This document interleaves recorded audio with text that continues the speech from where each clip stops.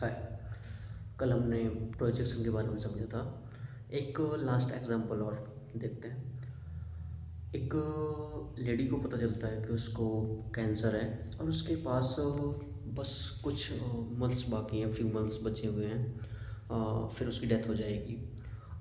But वो society में जाके सबको बताती है कि डेथ इज़ नथिंग, फ़ियर कुछ भी नहीं होता, ये सब मन का वहम है। और कहती है कि सबको be live with your moment and just enjoy it, life is unacceptable. तो और सब उसकी ये बात को देख के चौंक जाते हैं। आपको पता है कि आप जब भी आपका एक लिमिट होता है आपका स्ट्रेस लेने का या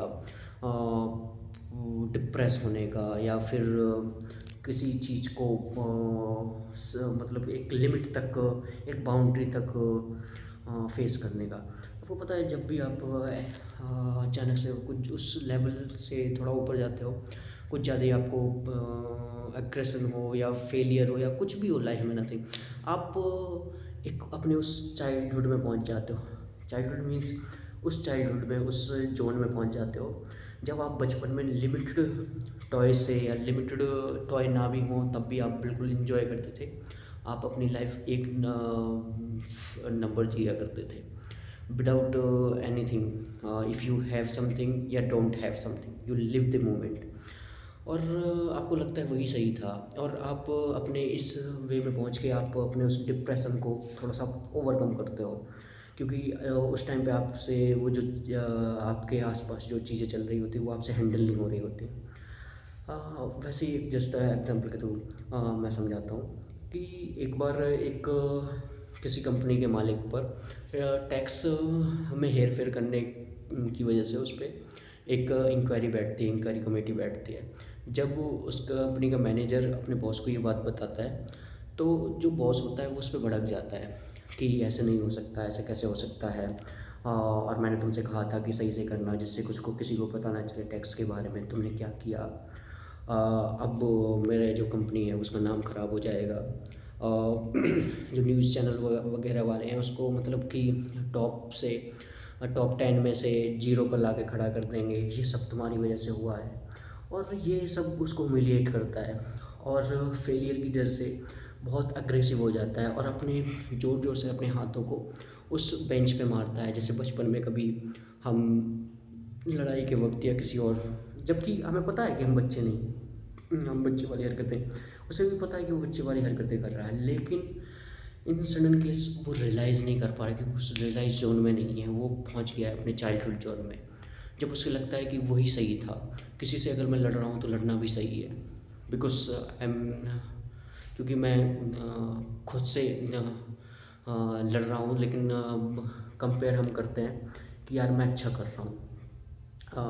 और आपको पता है प्रोजेक्शन प्रोजेक्शन और डिप्लेसमेंट, ये दो ऐसी चीज़ हैं जो हमें नेगेटिव जोन में ले जाती है, और एक सबमिशन है जो हमें थोड़ा सा अलग बनाता है और अलग एक वे में हमें मतलब ट्राई करता है तो प्रेजेंट करने का। जैसे एक मैन है, वो लोनली रहता है, उसके पास कोई नहीं है बोलने के लिए, अनमैरिड है और वीक में 7 डेज़ वो लोनली रहता है, मतलब अकेला ही रहता है।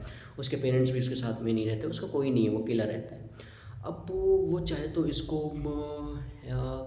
वो एक वे में कन्वर्ट करके वो अपने थोड़ा सा हैप्पी रह सकता है। वो चाहे तो वो चैरिटी कर सकता है, वो चाहे तो टेंपल जा सकता है, वो चाहे तो मतलब इंस्पिरेशनल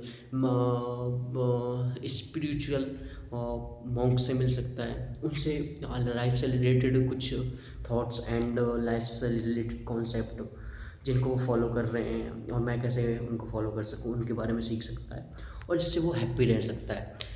और एक महिला है, जैसे उसे पता चला कि उसकी वजह से बॉस का कोई काम था और उसे प्रॉब्लम की वजह से वो काम नहीं हुआ, वो वर्क में अपना 100% नहीं दे पाई, जिससे बॉस उस पर बहुत नाराज़ हुआ। अब बॉस नाराज़ हुआ तो वो बहुत सैड थी, बहुत सैड थी। और उसी समय उसे पता चलता है कि उसके फैमिली से कोई सैड न्यूज़ आई, जो उसकी वजह से वो और सैड हो गई।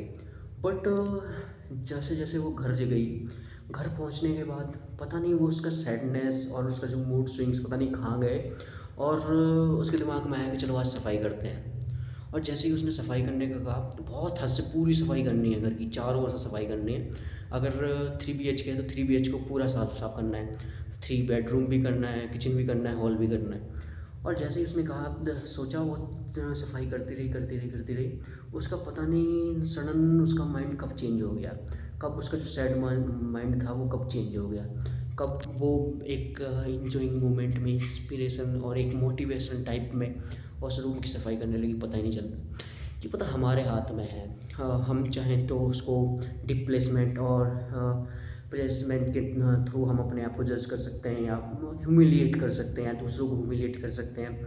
बस उसी कंडीशन में उसी इमोशन को हम अपने अगर उस सबमिशन में ले आएँ, तो हम उसी वे चेंज कर सकते हैं। और कभी कभी जो प्रॉब्लम है, प्रॉब्लम के सॉल्यूशन भी हमारे पास होते हैं, कभी हम देख नहीं पाते, सोच नहीं पाते, उनको एहसास नहीं कर पाते। अगर कर ले तो हमारी लाइफ में हम अमेजिंग जो चीज़ें होती हैं, जो हम सोचते हैं कि यार वो इतना खुश कैसे है, वो यार मेरे पास सब कुछ है, मेरे पास बिल्डिंग है, पैसा रुपया सब कुछ है, लेकिन मैं हैप्पी नहीं हूँ। लेकिन पता नहीं वो सामने वाला कैसे हैप्पी है।